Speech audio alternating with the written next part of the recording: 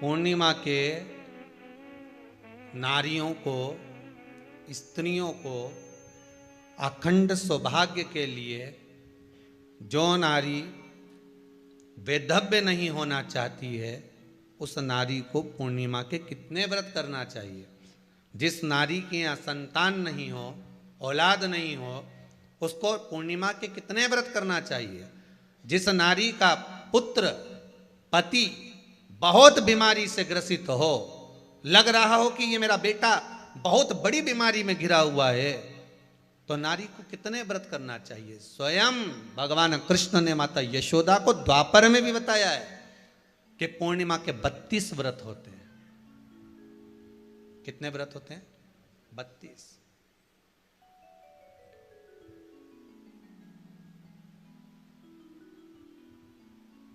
स्वयं भगवान कृष्ण यशोदा रानी को, माता यशोदा जी को भी बता रहे हैं 32 व्रत। अब आपको किसी ने बता दिया होगा कि 8 कर लो, 7 कर लो, 6 कर लो, 12 कर लो, इसलिए आपने बोला कि 12 कर लीजिए, 32 कर लीजिए। अरे यहां तो द्वापर की कथा भी कहती है। यशोदा जी ने एक बार भगवान कृष्ण को रोक कर कह दिया, ए कन्हैया रुको। कन्हैया बोले, बोलो माँ क्या बात है। कन्हैया जरा रुकिए, इधर आओ जरा। भगवान कृष्ण आए। हाँ माँ बोलिए। किस जगह का प्रसंग है ये? जिस समय पर राधा रानी कुरुक्षेत्र में नंद बाबा और यशोदा जी को लेकर कुरुक्षेत्र के कुंड में, ब्रह्म सरोवर में स्नान कराने के लिए लेकर जाती है, ग्रहण का समय पर। और जब भगवान कृष्ण उस कुरुक्षेत्र के उस सरोवर में स्नान करने आते हैं, तब यशोदा जी ने अपने लाला से प्रश्न किया, पूछा है,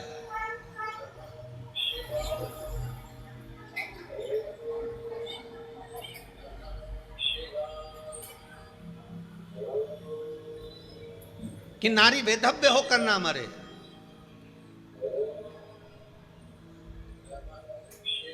उसका पति कोई रोग से ग्रसित ना हो, उसका पुत्र किसी रोग में ना पड़े।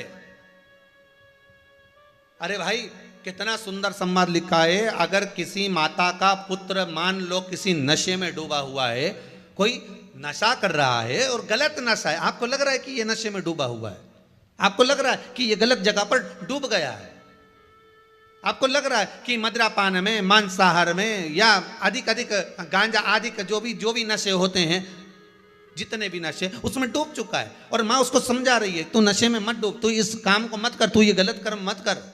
माँ उसको समझा कर हार गई। तो मेरा माताओं से निवेदन है, आप उसको समझाना बंद कर दो, एक काम करना प्रारंभ कर दीजिए। हमें जो शिव महापुराण के माध्यम से शास्त्र कह रहा है कि आप 32 पूर्णिमा के व्रत प्रारंभ कर दो। उसमें करना क्या है आपको? केवल जिस दिन व्रत रहे, रात्रि के समय पर कोई भी मीठा, कुछ भी सामग्री आप चंद्र की रोशनी में, चंद्र को अर्घ देने के बाद, पूजन करने के बाद उसको रखो, और वही सामग्री जो नशा कर रहा है उसको पूर्णिमा के दूसरे दिन उसको खिलाओ। आप धीरे धीरे खिलाना चालू करेंगे, जिस नशे में वो डूबा हुआ उस नशे से वो छूटना प्रारंभ हो जाएगा। 2 पूर्णिमा व्रत करके तो देखो, तीसरे में तुम्हें जरूरत ही नहीं पड़े। धीरे धीरे आप रुक, वो छूटना प्रारंभ हो जाएगा। स्वयं भगवान कह रहे हैं, यशोदा मैया ने कन्हैया को रोक लिया कुरुक्षेत्र के उस मैदान में, और भगवान कृष्ण का दर्शन माता यशोदा जी करी। बहुत बहुत दिनों के बाद माँ को, आज माता यशोदा को लाला का दर्शन हुआ, बहुत समय के बाद, जाने के बाद, बहुत समय के बाद।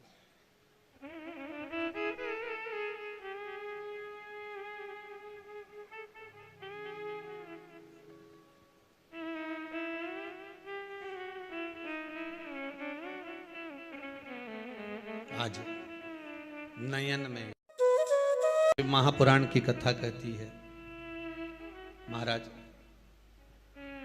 पूर्णिमा का जो चंद्र है वो विशाल का है, और उस चंद्र की पूर्णता में हमारी अभिलाषाएं भी पूर्ण हो। आप आस्था चैनल के माध्यम से जितने लोग कथा सुन रहे हैं, फेसबुक यूट्यूब पर जितने कथा सुन रहे हैं, और कुबेरेश्वर धाम में जितने कथा सुन रहे हैं, आप में से कितने लोग हैं जो पूर्णिमा का व्रत करते हैं? जो माताएं करती हो जरा हाथ उठाइए। पूर्णिमा का व्रत जो करते हो ना आप लोग, रखिए आप। अब पूर्णिमा के व्रत में आपने कई बार किताब पढ़ी होगी पूर्णिमा की, या आपने व्रत किया होगा, या पूर्णिमा का व्रत आप धारण करे होगे, तो उसमें पूजन कौन से भगवान की होती है? पूर्णिमा के व्रत में किस भगवान की पूजन होती है? तो कहा पूर्णिमा के व्रत में केले के खंभ लगाकर पूर्णिमा का जो अध्यापन होता है, पूर्णिमा की जो पूजन होती है, उस पूजन में शंकर और पार्वती की पूजन की है, शिव और नारायण की पूजन करी जाती है, शंकर और पार्वती का स्मरण किया जाता है। किसकी पूजन होती है? शिव पार्वती।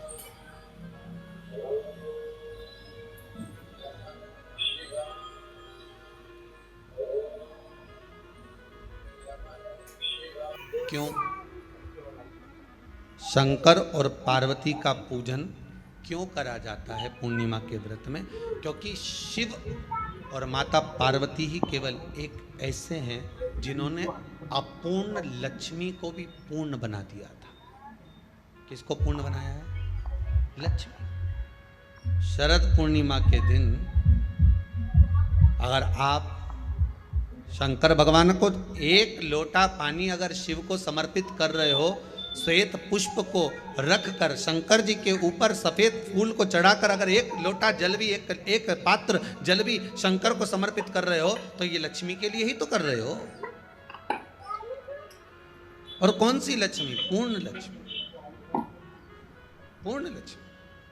आपको पहले भी कथा में कहा, एक बार भगवान विष्णु के सामने लक्ष्मी मैया ने बहुत तेज स्वर में कह दिया था, नारायण, दुनिया के लोग आपका नाम जपते हैं, दुनिया के लोग नारायण नारायण कहते हैं, दुनिया के लोग आपका भजन करते हैं, पर सत्य मायने में कहूं ना तो मेरे बिना दुनिया के लोगों की नहीं चल सकती।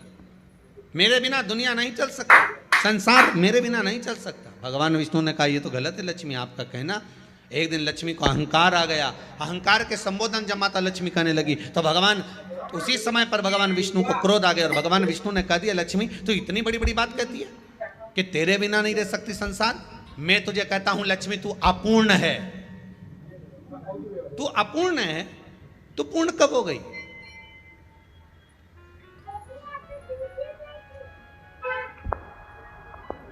तेरी पूर्णता कहां हो गई? लक्ष्मी की आंख से आंसू बहने लगे। आज आपने मुझे अपूर्ण कहा। आपको मालूम है आप मुझे अपूर्ण कह रहे हो? आपको ये ज्ञात हो रहा है आप मुझे अपूर्ण कर रहे हो? भगवान कहते हैं, हाँ लक्ष्मी, मैंने तुझे अपूर्ण कहा। अपूर्णता का मतलब आप जानते हो ना? भगवान कहते हैं, लक्ष्मी मैं सब जानता हूं। लक्ष्मी रोती हुई माता सरस्वती के पास पहुंच गई। सरस्वती ने पूछा, क्या बात है लक्ष्मी, क्यों रो रही हो? लक्ष्मी जी ने कहा, क्या बताऊं सखी, मेरे पति ने आज मुझे अपूर्ण कह दिया है। तो क्यों रो रही है तू? अपूर्ण अगर कह दिया, पति ने ही तो कहा है ना, तो क्यों रोना? चल मेरे साथ में। और सरस्वती मैया माता लक्ष्मी को लेकर सीधे पहुंच गई माता पार्वती के यहाँ। माता पार्वती के यहाँ जब पहुंची, माता पार्वती ने लक्ष्मी जी को देखा और सरस्वती को देखा तो पूछा कि बात क्या है, क्या हो गया ऐसा, क्या हुआ, क्या है ऐसा जो तुम दोनों आज मेरे पास में आई? क्या हुआ? पार्वती जी कुछ बोलती, शिव जी का ध्यान माता सरस्वती की ओर और लक्ष्मी की ओर गया और भगवान शंकर जान गए कि आज भगवान नारायण ने लक्ष्मी जी को अपूर्ण कहा है। अब देखें माता पार्वती क्या कर सकती है, इसको पूर्ण बनाने के लिए करेगी क्या? क्या हुआ? माता सरस्वती जी बोली, लक्ष्मी को अपूर्ण कर दिया। अपूर्ण कर दिया? हाँ, तो क्या सोचना उसके लिए, इसको मैं अभी पूर्ण बना देती हूं। माता जगतजननी पार्वती ने गोदी में विराजमान गणेश जी को उठाया और उठाकर लक्ष्मी जी की गोद में दे दिया। ले लक्ष्मी, आज से तू पूर्ण हो गई। लक्ष्मी, आज से तू पूर्ण। गोदी में जब तक संतान नहीं है तो नारी को लोग अपूर्ण समझते हैं। पर माता पार्वती जी ने संपूर्ण ब्रह्मांड में एक सिद्धता प्रदान कर दी कि अपने गोदी के लाल को, अपने गोदी के पुत्र को माता ने लक्ष्मी की गोद में देकर लक्ष्मी को पूर्ण बना दिया। वो दिन कौन सा था? यही शरद पूर्णिमा का दिन था। कौन सा दिन? आवाज पकड़ लो। यही शरद पूर्णिमा का दिन था। शरद पूर्णिमा का दिन लक्ष्मी को पूर्ण करने का दिन, पूर्ण करने का। केवल अमृत ही नहीं बरसता, शरद पूर्णिमा के दिन लक्ष्मी भी बरसती है। लक्ष्मी पूर्णिमा के कितने व्रत होते हैं? बोलते जाओ, जरा जल्दी जल्दी बोलो।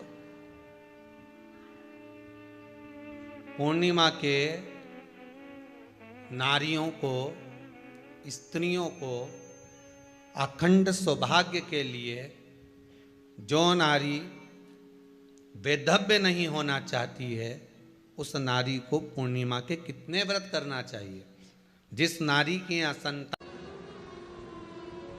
काया में, शरीर के अंदर, काया के अंतर्गत कितना भी रोग, कितना भी रोग,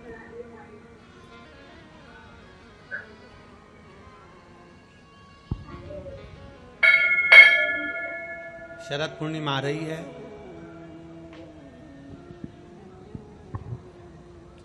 सोलह तारीख के रात्रि के समय पर, शाम का समय हो, प्रदोष काल का समय हो, अगर डॉक्टर ने कह दिया कि शरीर में ये रोग है और ये रोग जाने वाला नहीं है, ये रोग समाप्त होने वाला नहीं,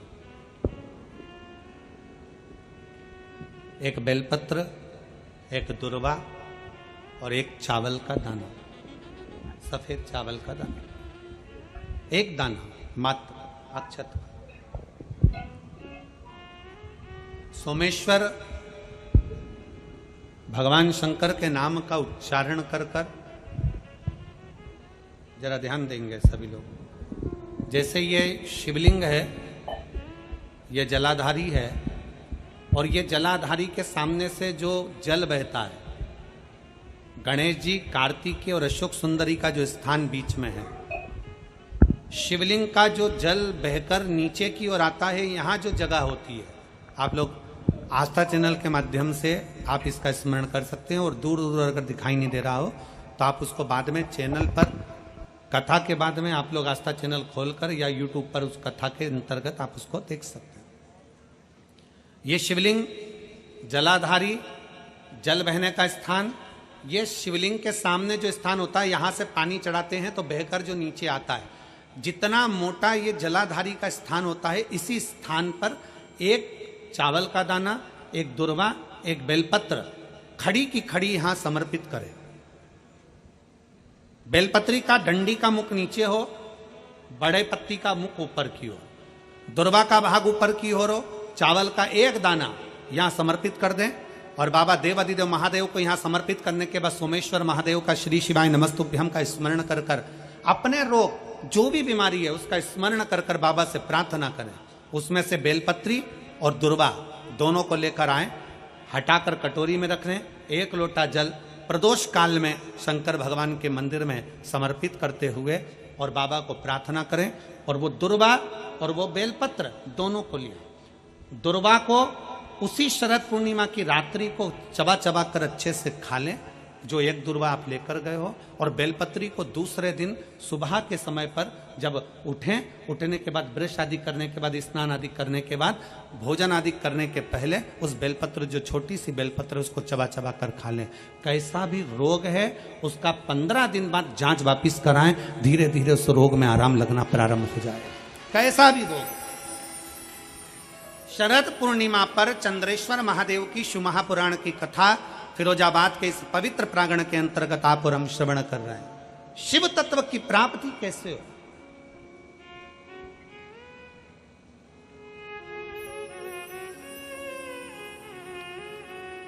हम भगवान उग्रतानी से कैसे अपने संबंध जोड़ सकते हैं? हम शंकर भगवान को कैसे अपना बना सकते हैं? कैसे? जैसे आज सारी जितनी पूर्णिमा होती हैं, उन पूर्णिमा में आज की जो पूर्णिमा है शरद पूर्णिमा, वो बहुत मायने रखती है, बहुत। हम फिर निवेदन करेंगे, आज की जो पूर्णिमा है, प्रयास करो भोलेनाथ जी को एक श्वेत चावल का दाना शंकर भगवान को समर्पित जरूर करो।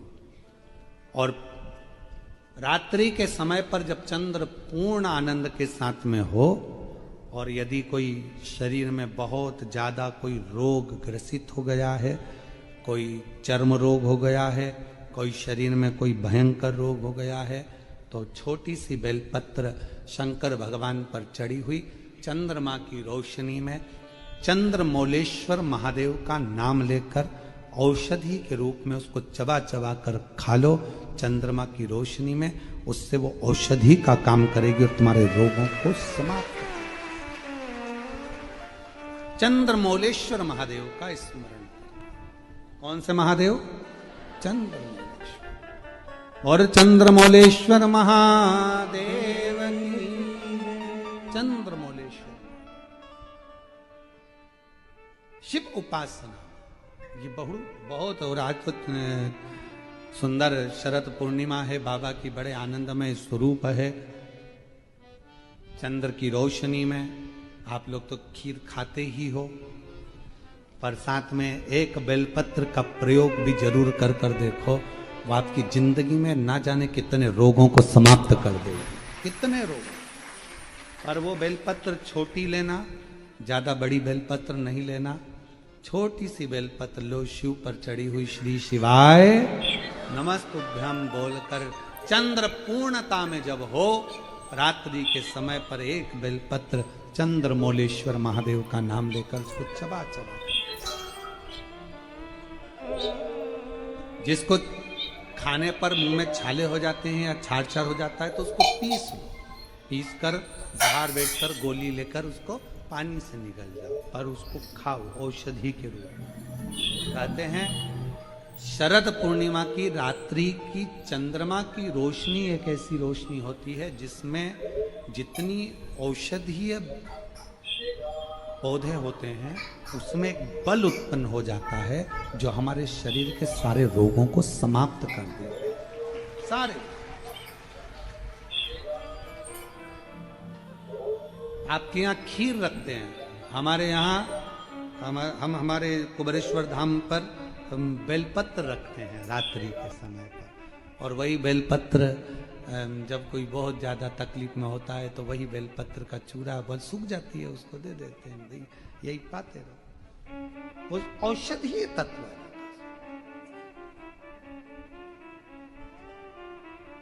आप लोग छत पे खीर रखो, हम बेलपत्र रख देते हैं, अमृत इसमें, वो तो पहले से ही तो बेलपत्र और बलवान हो जावे और आनंदित हो। औषधि शिव तत्व है महाराज, भगवान शंकर की आराधना साधना अवश्य। ये जितनी पूर्णिमा के व्रत हैं, जितने 12 महीने जो पूर्णिमा पड़ती है, पूनम पड़ती है, पर इनका यदि सही संबंध समझा जाए, इनके सही संबंध का यदि स्मरण करा जाए, इनके सही संबंधों का यदि वर्णन किया जाए, तो शिव और चंद्रमा के जो मिलन का केंद्र बिंदु है वही पूर्णिमा है। कामना के वश अगर हम दीप लगा रहे हैं या हमारे मन में कोई भाव उत्पन्न है और हम बाबा से कहना चाहते हैं कि बाबा मेरा ये कार्य है आप पूर्ण करिएगा, तो फिर तो वो दीप का बाती का मुख अपनी ओर रखना, पर कोई कामना नहीं। हम भगवान को केवल इसलिए रिझा रहे हैं कि मेरा भोलेनाथ मेरा भंडार भरे और मेरे घर में सुख समृद्धि दे, तो दीप की बाती का मुख भगवान की ओर होना। श्री शिवाय नमस्तुभ्यम, हर हर महादेव। पूज्य गुरुजी ने इस वीडियो में अधिक मास की पूर्णिमा तिथि के विशेष उपाय कथा बताए हैं। वीडियो को अच्छे से देखकर समझकर इन उपायों को आपको अवश्य ही भगवान भोलेनाथ के समक्ष करने हैं। अधिक मास की पूर्णिमा तिथि का बड़ा ही महत्व है। इन सभी की विशेष जानकारी इस वीडियो के माध्यम से गुरुजी ने बताई है। वीडियो में अच्छे से देखकर समझकर आपको इन उपायों को अवश्य करने हैं जो विशेष फलदायी होते हैं। वीडियो अच्छी लगे तो like share and subscribe, comment में श्री शिवाय नमस्तुभ्यम हर हर महादेव अवश्य लिख देना। जाते जाते चैनल को सब्सक्राइब अवश्य कर देना। जय श्री राम, हर हर महादेव, जय श्री महाकाल।